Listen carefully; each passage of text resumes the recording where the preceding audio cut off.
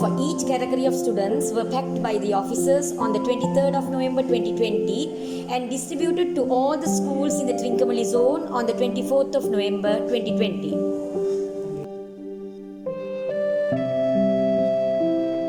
SAP was conducted by the Zonal Director of Education and his team for Sri Madhumi Ambal Vidyalayam and community on the 24th of November 2020.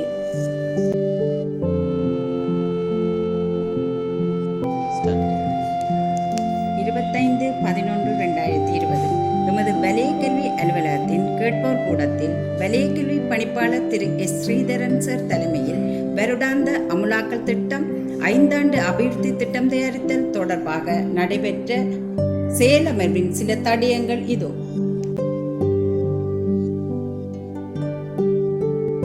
Was continued by the Zonal Director of Education and his team at the Kanya Ravaneshwaran Vidyalayam on the 26th of November 2020.